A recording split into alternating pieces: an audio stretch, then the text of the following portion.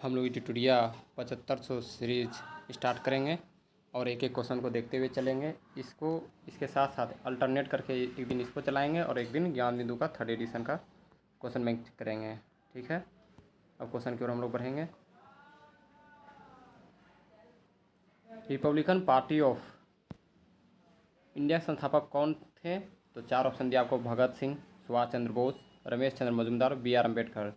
तो B.R. अम्बेडकर इसका right answer हो जाएगा।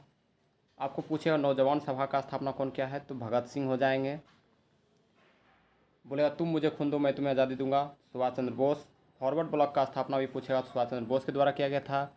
पूछेगा सुभाष चंद्र बोस के द्वारा कितने अधिवेशन को अध्यक्ष बने थे? तो 2 अधिवेशन का अध्यक्ष बने थे,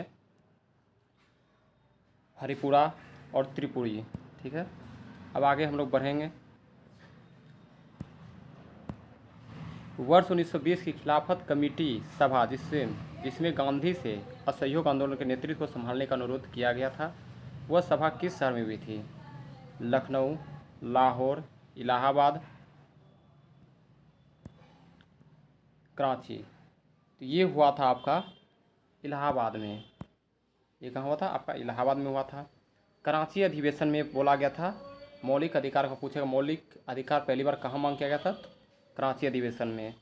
ठीक है, पूछेगा कि गरम दल और नरम दल कब मिले थे? तो लखनऊ अधिवेशन 1916 में।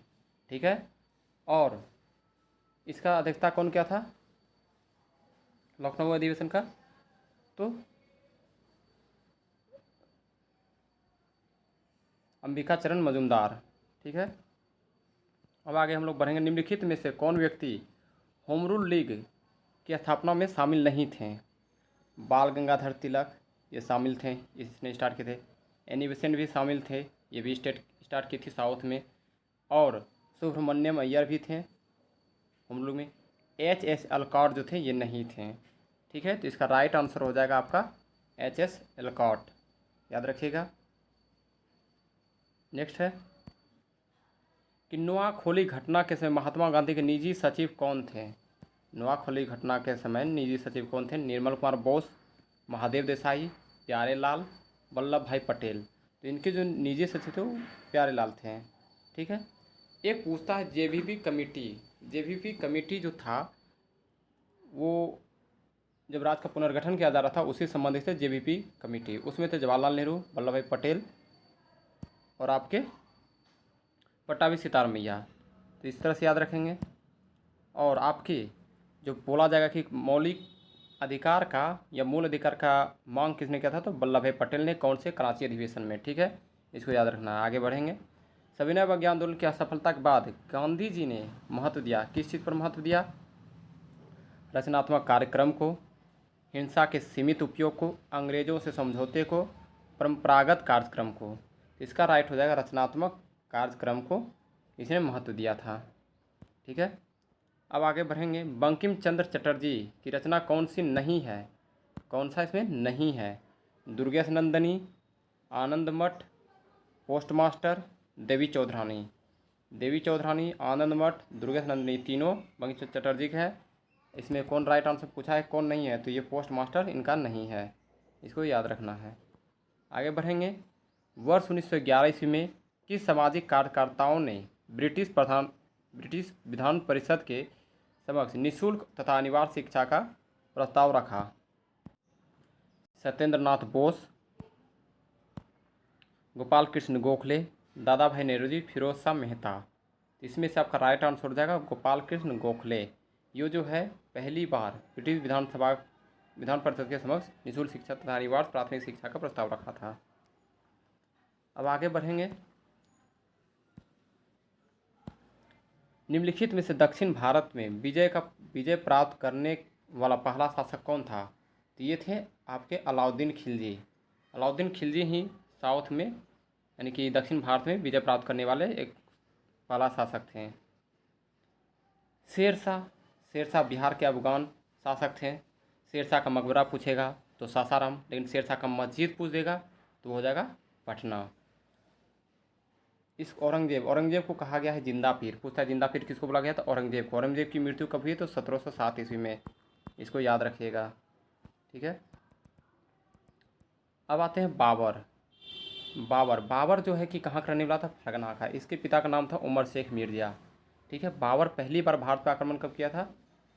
बाबर जो पानीपत का प्रथम लड़ाई जो पूछेगा कब हुआ था, तो 1526 ईस्वी में।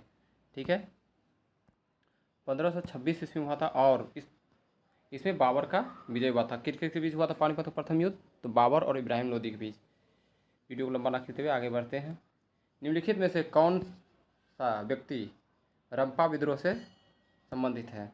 बिरसा मुंडा, कुशल कुंवर, अल्लूरी सीताराम राजू, मंगल पांडे। तो आपका इसमें हो जाएगा अल्लूरी सीताराम राजू। ठीक है। पागलपंथ, पागलपंथ की स्थापना किसने की थी? तो इसमें देखना है कि ऑप्शन है बुल्ले शाह, करम शाह, युद्धवेंद्र सिंह, स्वामी सहजानंद। तो इसका राइट आंसर हो जाएगा आपका करम शाह। पागलपंथ की स्थापना किसने किया था? तो करम शाह। ठीक है।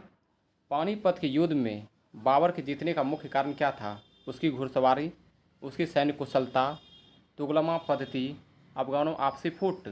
इसका राइट आंसर होगा तुगलमा पद्धति। ठीक है।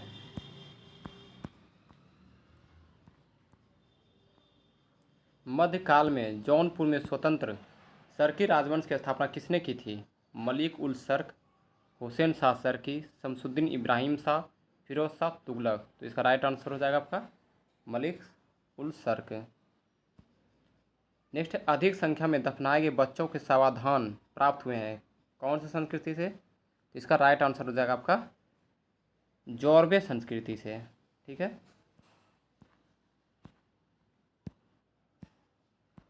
भागवत संप्रदाय के विकास में किसका योगदान अत्यधिक था? पारसियों का, हिंदू यूनानी, कुषाण, गुप्त वंश। तो आप लोग पढ़े भी होंगे। इसमें जो योगदान था गुप्त वंश में ही हिंदी का स्वर्णकाल कहा गया है। ठीक है। कुषाण वंश का संस्थापक था कुजुल कोटफिशिस। गुप्त वंश का पूछेगा तो श्रीगुप्त। ठीक है। अब आगे बढ़ते हैं। धमेक स्तूप कहाँ है? तो धमेक स्तूप जो है ऑप्शन है आपका आगरा, मिर्ज़ापुर, जौनपुर, सारनाथ। तो आपका इसमें राइट आंसर हो जाएगा सारनाथ। ठीक है। नेक्स्ट क्वेश्चन है, वह सुल्तान कौन था जिसने खलीफा के अधिकार को मानने से इनकार कर दिया? खलीफा के अधिकार को मानने से वो इनकार कर दिया, मना कर दिया। इल्तुतमिश, अलाउद्दीन खिलजी, बलबन, मोहम्मद बिन तुगलक। तो ये है अलाउद्दीन खिलजी। ये जो है ये खलीफा के अधिकार को मानने से पूरी तरह इनकार कर दिए। यूरोप की उत्तरी अमेरिका से कौन सा सागर या महासागर अलग करता है? कहता है यूरोप को उत्तरी अमेरिका से कौन सा सागर या महासागर अलग करता है?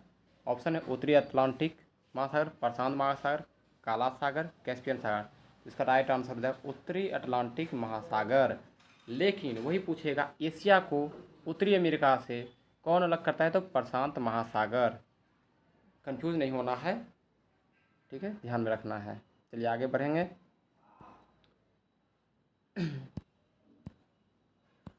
शिवालिक शैल समूह के दक्षिण में भावर क्षेत्र उदाहरण है। किस चीज़ का उदाहरण है? मध्यभूमि स्थिति का, अंतरा पर्वतीय स्थिति का, गिरिपद स्थिति का, इनमें से सभी। तो आपका राइट आंसर हो जाएगा गिरिपद स्थिति का। ठीक है। निम्नलिखित में से कौन सा सौर परिवार से संबंधित नहीं है? क्षुद्र ग्रह, निहारिका ग्रह, धूमकेतु। तो आपका जो है सौर परिवार से कौन संबंधित नहीं है? तो निहारिका सौर परिवार से संबंधित नहीं है। ठीक है, आगे बढ़ेंगे। मिलान करना है।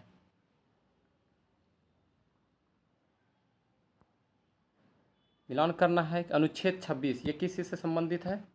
अनुच्छेद 26 जो है आपका किससे संबंधित है? तो ये हो जाएगा आपका संघ। अनुच्छेद 26 देखिए देखना है कि 25 से हमारा 28 तक धार्मिक कार्यों का प्रबंधन के बारे में दिया गया। धार्मिक कार्यों को स्वतंत्रता है। अनुच्छेद 26 तो इसको 3 से मिला देंगे। फिर बोलता है अनुच्छेद 40। अनुच्छेद 40 किससे है? तो हमारे महात्मा गांधी जी ग्राम सभा का या ग्राम पंचायत का गठन को लेकर थे। फिर बोलता है कि अनुच्छेद 98 जो है संसद सचिवालय से संबंधित है। अनुच्छेद 239 तो संघ शासित प्रशासन से। तो इस तरह हम लोग को याद रखना है। तो मिला लेते हैं, 1 का 3, फिर 3 है, फिर 4, फिर 2, फिर 1 देख लेते हैं। 3 4 2 1 तो 3 4 2 1 यहाँ पे है। ठीक है, अब आगे हम लोग बढ़ेंगे।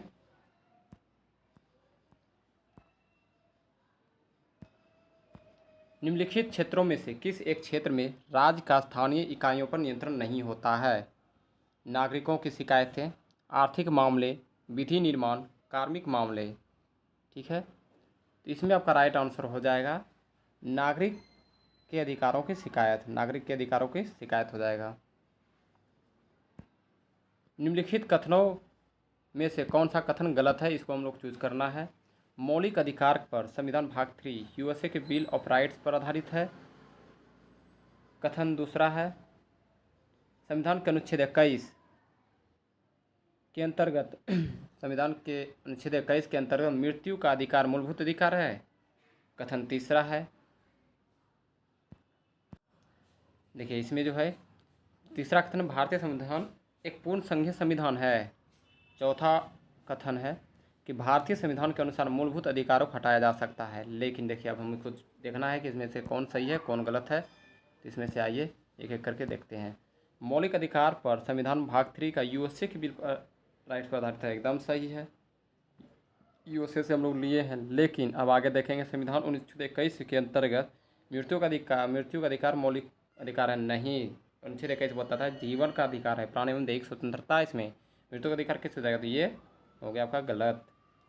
भारतीय संविधान पूर्ण संघीय संविधान है नहीं, ये भी नहीं है, पूर्ण तरह से संघीय नहीं है, अर्ध संघीय है। भारतीय संविधान के अनुसार मूलभूत अधिकार हटाया जा सकता है नहीं, मौलिक अधिकार हमारा नहीं हनन कर सकता है। अगर हमारा मौलिक अधिकार हनन होता है तो सुप्रीम कोर्ट कौन सा आर्टिकल के तहत जाएंगे, तो अनुच्छेद 32, वही हाई कोर्ट तो अनुच्छेद 226। चलिए आगे बढ़ेंगे।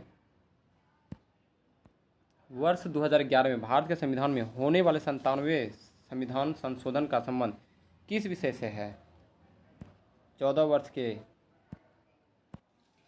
बच्चों की अनिवार्य निःशुल्क शिक्षा, सहकारी संस्थाओं का गठन और कार्य, आतंकवाद से निपटने हेतु कठोर प्रयास, भ्रष्टाचार को रोकने हेतु लोकपाल की व्यवस्था। तो इसका राइट आंसर आपका हो जाएगा सहकारी संस्थाओं का गठन और कार्य संचालन। भारत के संसद पंचायत प्रावधान कानून कब पारित किया गया था? 1992, 1994, 1996, 1999। ये आपका राइट आंसर हो जाएगा 1996। आप सोच रहे हो 1999 से क्या फैक्ट है, तो 1999 में चतुर्थ आंग्ल मैसूर युद्ध हुआ था, जिसमें कि अपना टीपू सुल्तान को मृत्यु हो गया था और अंग्रेज का विजय हो गया था इसमें। ठीक है, अब आगे की ओर बढ़ेंगे। व्यक्तिगत प्रयोज्य आय एक डैश है, इसमें हो जाएगा आपका राइट आंसर पीडीआई बराबर हो जाएगा व्यक्तिगत आय माइनस व्यक्तिगत कर भुगतान और गैर कर, मतलब कि जितना आपका आय है उसमें टोटल टैक्स को घटा दीजिएगा तो आपका व्यक्तिगत प्रयोज्य आय निकल जाएगा। ऑप्शन नंबर 20 सही है। अब आगे देखेंगे। शरीर के संपर्क में स्पिरिट ठंडी अनुभूति देता है क्योंकि ये एक द्रव्य है, पारदर्शी है, अत्यंत वाष्पशील है, सुचालक है। स्पिरिट जब भी लीजिएगा वो तुरंत सूख जाता है, क्योंकि जो भी पदार्थ अत्यधिक वाष्पशील है वो जल्दी से वाष्प बनकर उड़ जाता है, इसका मतलब यही होता है वाष्पशील का। अब आगे देखते हैं, जब जल जलवाष्प में परिवर्तित होता है तब क्या होता है? तापमान परिवर्तन होता है, ऊष्मा का प्रभाव नहीं होता है, वातावरणीय ऊष्मा स्रोत से ऊष्मा जल में प्रवाहित होती है, ऊष्मा का प्रभाव जलवाष्प से जल की ओर होता है। तो इसका राइट आंसर आपका हो जाएगा ऑप्शन नंबर सी